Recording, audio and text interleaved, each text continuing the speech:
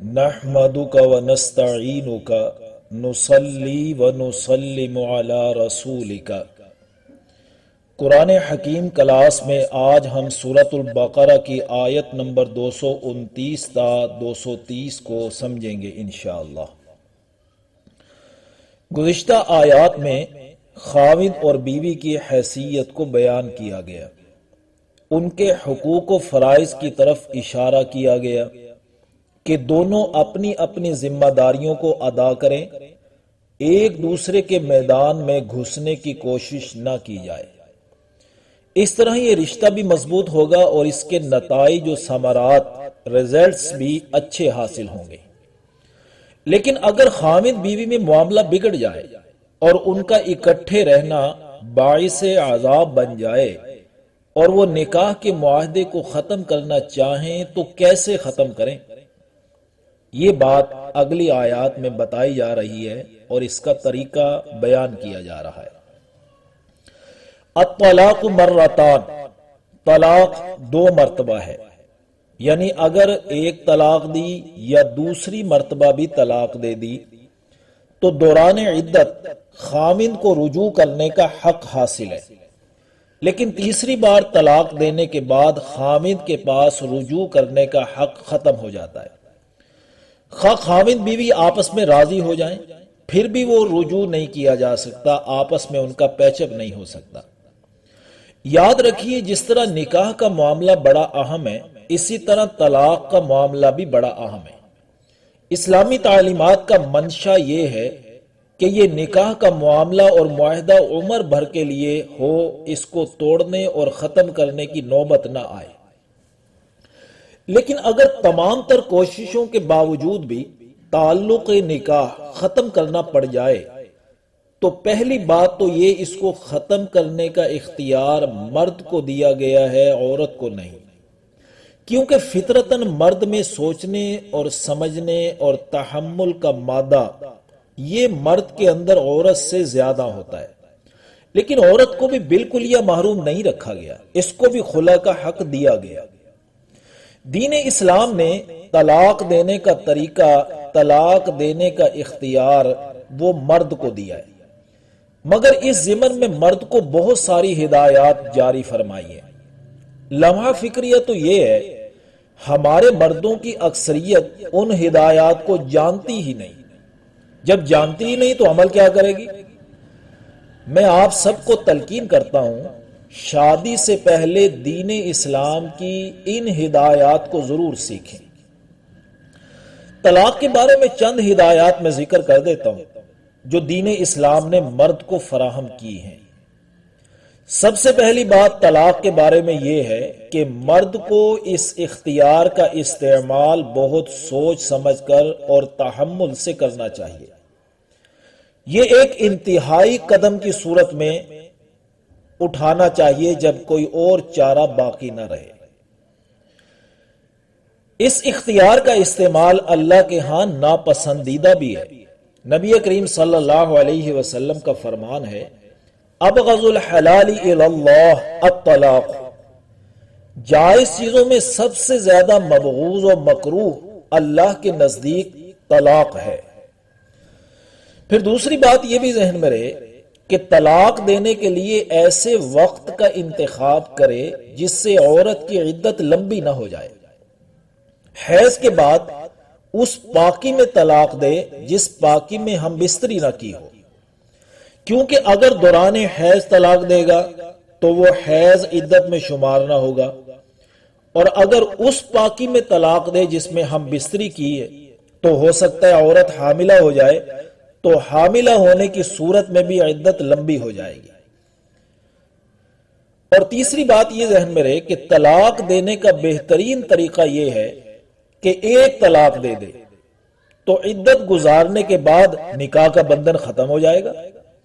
عورت کہیں اور شادی کرنا چاہے تو وہ کر سکتی ہے، اور پہلے خاوند سے بھی کرنا چاہے تو اس سے بھی کر سکتی ہے ایک طلاق دینے کی صورت میں۔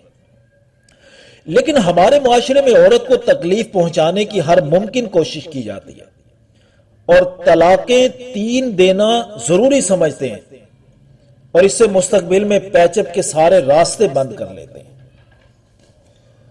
مرد کو یہ سوچنا چاہیے کہ اللہ تعالیٰ نے مجھے طلاق دینے کا اختیار اس وجہ سے دیا کہ مرد میں عورت کی نسبت غور و فکر اور تحمل کا مادہ زیادہ ہوتا ہے، لہٰذا میں پوری ذمہ داری، تحمل اور سوچ بچار سے اس معاملے کو ہینڈل کروں۔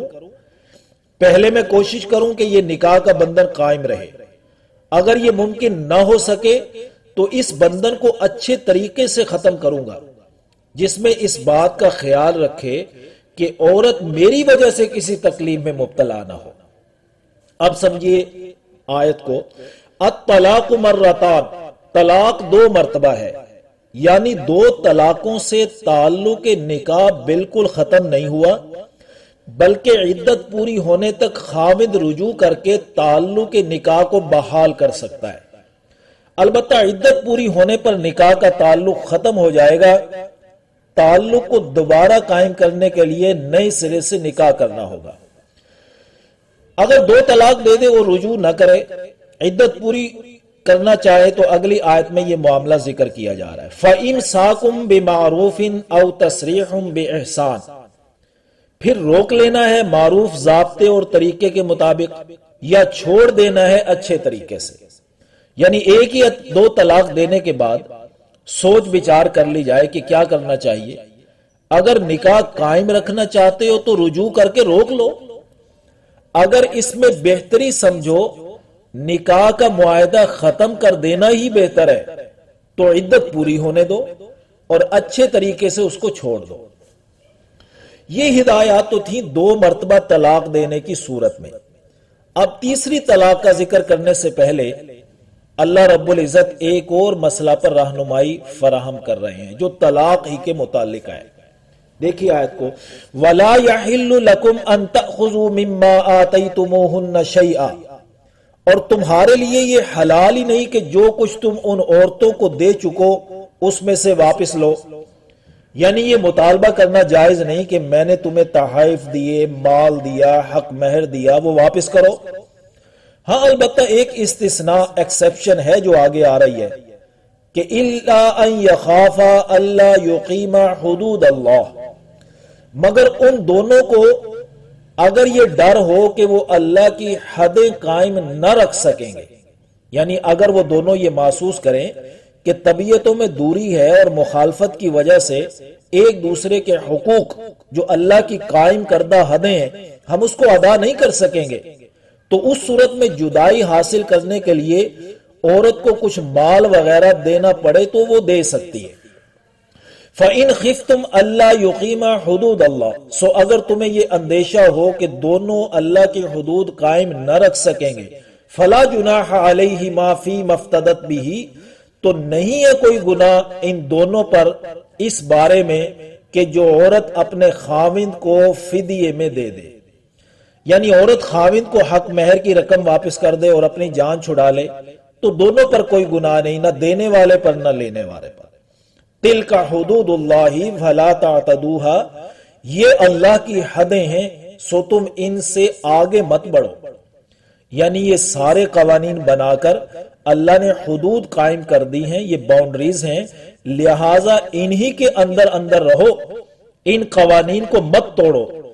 اگر خاوند بیوی کے درمیان مسائل پیدا ہو جائیں تو ان مسائل کو اسی طرح حل کرو جیسے اللہ تعالیٰ نے رہنمائی فراہم کر دی ہے۔ وَمَن يَتَعَدَّ حُدُودَ اللَّهِ، اور جو اللہ کی حدود سے تجاوز کرے گا، فَأُولَٰئِكَ هُمُ الظَّالِمُونَ، سو یہی لوگ ظالم ہیں، یعنی اللہ کے قانون توڑ کر خود پر بھی ظلم کر رہے ہیں اور عورت پر بھی ظلم کرتے ہیں۔ یہ ایک ضمنی مسئلہ تھا جو درمیان میں آیا 2 طلاق بیان کرنے کے بعد۔ اب اگلی آیت میں اللہ تیسری طلاق کے بارے میں رہنمائی فراہم کر رہے ہیں۔ فَإِن طَلَّقَهَا، پھر اگر وہ طلاق دے دے اس عورت کو، یعنی خاوند بیوی کو تیسری طلاق بھی دے دے، تو فَلَا تَحِلُّ لَهُ مِن بَعْدُ، تو اب تیسری طلاق کے بعد وہ عورت اس کے لیے حلال نہیں، اب دوران عدت مرد کو رجوع کرنے کا اختیار نہیں ہے، نکاح کا معاملہ بالکل ہی ختم ہو گیا، اب یہ آپس میں دوبارہ نکاح بھی نہیں کر سکتے۔ ہاں ان دونوں کے دوبارہ نکاح کی جو ایک صورت ہو سکتی ہے وہ آیت کے اگلے حصے میں آ رہی ہے۔ دیکھیے آیت، حتی تنکح زوجا غیرہ، یہاں تک کہ اس سابقہ شوہر کے علاوہ کسی دوسرے شوہر سے وہ عورت نکاح کرے۔